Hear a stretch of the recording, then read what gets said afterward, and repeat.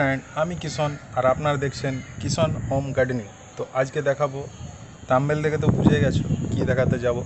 তো তা বলে দিই, আমি একটা আম গাছ লাগিয়েছিলাম 2 বছর, 3 বছর হতে চললো। তো সেই গাছটাকে আমি দেখাবো তা আমার কীরকম ফলন হয়েছে বা গাছটা কী পরিস্থিতিতে আছে, কীরকমভাবে লাগিয়েছি। তো চলো শুরু করা যাক আম গাছ নিয়ে। এই হচ্ছে সেই আমার আম গাছ, যেটা আমি 3 বছর আগে লাগিয়েছিলাম। তো আগের বছর ফলন হয়েছিল, আগের বছর 2-4টা ধরেছিল, তো বাঁদরে নিয়ে গেছে। তো এই বছর মোটামুটি ফলেছে, আম অনেকগুলোই ধরেছে। তো সেগুলোই দেখাচ্ছি তোমাদেরকে। আর সাইজটা কীরকম হয়েছে দেখো, এক একটা সাইজ মোটামুটি 300-400 গ্রামের সাইজ হয়েছে। তো বেশি ধরেনি, তাও সাইজটা খুব ভালো হয়েছে। এত বড় সাইজ সত্যি ভাবিনি যে এত বড় সাইজ হবে। আর গাছটা দেখতেই পাচ্ছ অনেকগুলোই আম ধরেছে, তো সেটাই ভাবলাম তোমাদের সাথে শেয়ার করি। এই গাছটার কোন ভ্যারাইটি আছে, কোন জাতের গাছ লাগিয়েছিলাম আমি, সেটাও জানাবো তোমাদেরকে। সাথে থাকো, পুরো আমগুলো দেখতে থাকো। এখন আমগুলোই দেখাচ্ছি আমি। এই দেখতে পাচ্ছ আমার হাতের সাইজে প্রত্যেকটা আম একদম। এগুলো একটু ছোট আছে, একসাথে 3টে যেহেতু আছে।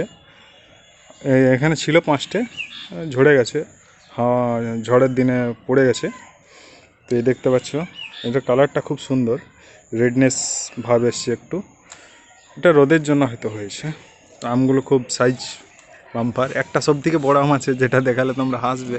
এটা এখনও জানি না বাড়েনি কেন, এটা ছোটোই রয়ে গেছে। আরও আছে, এদিকেও আম আছে আরও, দেখাচ্ছি, দেখতে থাকো। আর পাতাগুলো দেখছো কত সুন্দর পাতা।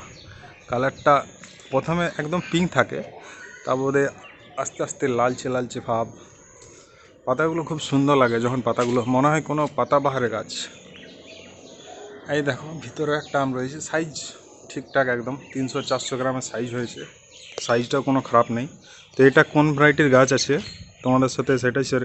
আর যেটা মেন পয়েন্ট, আমি লাগিয়েছিলাম কিন্তু তখন আমার অতটাও নলেজ ছিল না যে টপে। এখন তো আমি সব গাছ অলরেডি টপে করছি, তা আগে আমি লাগিয়েছিলাম মাটির মধ্যে। এটা 3 বছরের হলো গাছটা। ফলগুলো দেখছো, এগুলো সেকেন্ড টাইমের ফল। আর এই যে মাটিটা আছে, এটা আমার মানে বাড়ির মাটি, এখানে কোনো আমি মিক্সচার দিইনি। আর তখন অত জানতামও, অত আমার জানাও ছিল না যে কীভাবে কী গাছ পরিচর্যা করতে হয়। তো এটা সিম্পলভাবে লাগানো ছিল, তো মাটির মধ্যে। তো এত সুন্দর গ্রোথ। আর ডালগুলো কিছুদিন আগে আমি কাটিং করেছিলাম, তার জন্য এত ঘন, আর ডালটা ভারীও হয়ে গেছে, যার জন্য টান দেওয়া আছে। এ দেখতে পাচ্ছ, একটা টান দিয়ে রেখেছি, পুরো ভারী হয়ে গেছে ডালটা। আর আমগুলো তো ঝুলছেই। খুব সুন্দর লাগে যখন বাড়ির মধ্যে এইরকম একটা গাছ আমে ভর্তি হয়ে থাকে। তো এটা হচ্ছে আমার আম গাছ। এটা কোন ভ্যারাইটির আম গাছ সেটাও আমাদেরকে জানিয়ে দিই। এটা হচ্ছে আমার আম্রপালি। তোমরা ইউটিউবে সার্চ করলে দেখতে পাবে আম্রপালি ম্যাঙ্গো। এটা হচ্ছে সেই ভ্যারাইটি আম্রপালির। খুব সুন্দর একটা গাছ, আমের সাইজগুলো খুব ভালো হয়, যার জন্যে আমি সাজেস্ট করব এটাও লাগাতে পারো। এটা কিন্তু বছরে একবারই হয়, আর আমগুলো সাইজগুলো খুব ভালো। আর খেয়ে দেখি, আগের বছর ধরেছিল কিন্তু খাওয়া হয়নি, কারণ বাঁদরে নিয়ে গেছে। তো এবছর দেখা যাক। আরও ম্যাচুরিড হতে মোটামুটি 1 মাস তো সময় লাগবে। এই ছিল আমার গাছ। আর গাছটার হাইট মোটামুটি 12 ফুট 14 ফুট মতন হয়ে গেছে।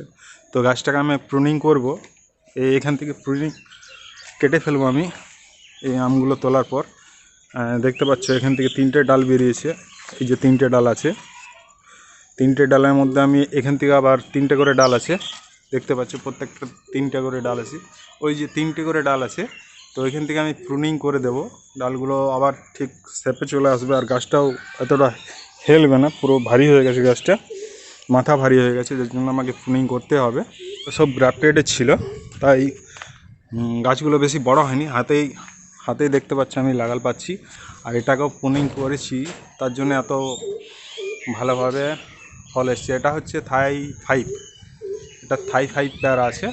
আর এটা আমার 12 বছরের গাছ আছে, দেখতে পাচ্ছ। আর প্রথম থেকে এই গোড়া থেকে দেখো, একদম গোড়া থেকে ফুল এসছে। এটা হচ্ছে গ্রাফটেডের, এখান থেকে গ্রাফটেড ছিল, একদম গোড়াতে গ্রাফটেড আছে।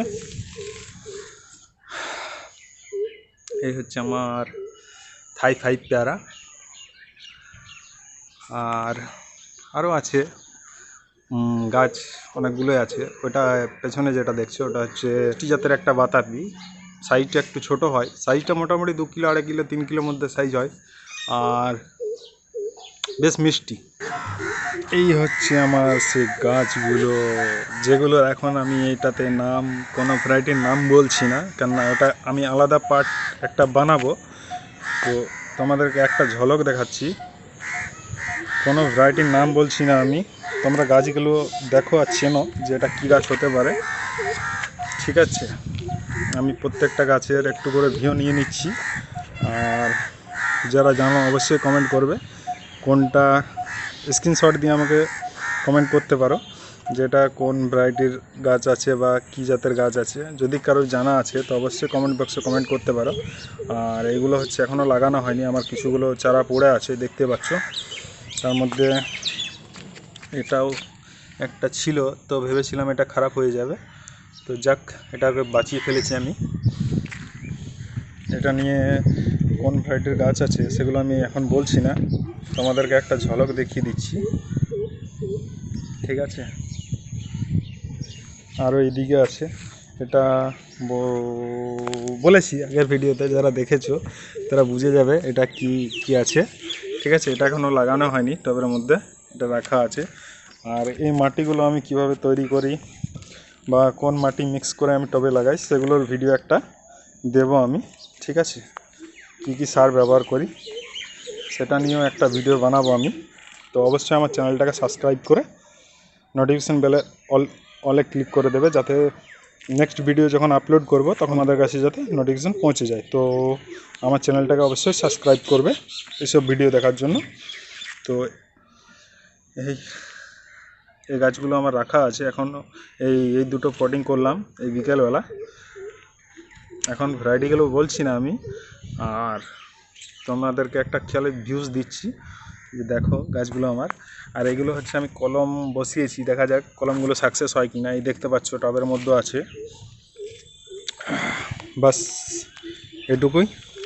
আবার নেক্সট টাইম পরে ভিডিও নিয়ে আসবো, তখন বলে দেবো কী কী ভ্যারাইটির গাছ আছে। ভিডিওটা মতন এখানে শেষ করছি, আর আমার চ্যানেলটাকে অবশ্যই সাবস্ক্রাইব করে পাশে থাকা বেল আইকনটা দাবিয়ে অলে ক্লিক করে দেবে, যাতে পরবর্তী নেক্সট ভিডিও টাইম তোমাদের কাছে নোটিফিকেশান পৌঁছে যায়। তো নেক্সট টাইম তোমাদেরকে আমি আমার পুরো গার্ডেনিংটাকে দেখাবো, কতগুলো গাছ আছে, কী ভ্যারাইটির গাছ আছে। তো এটাতে অনেক লম্বা হয়ে যাবে, তার জন্য আমি সব গাছের রিভিউ দিলাম না।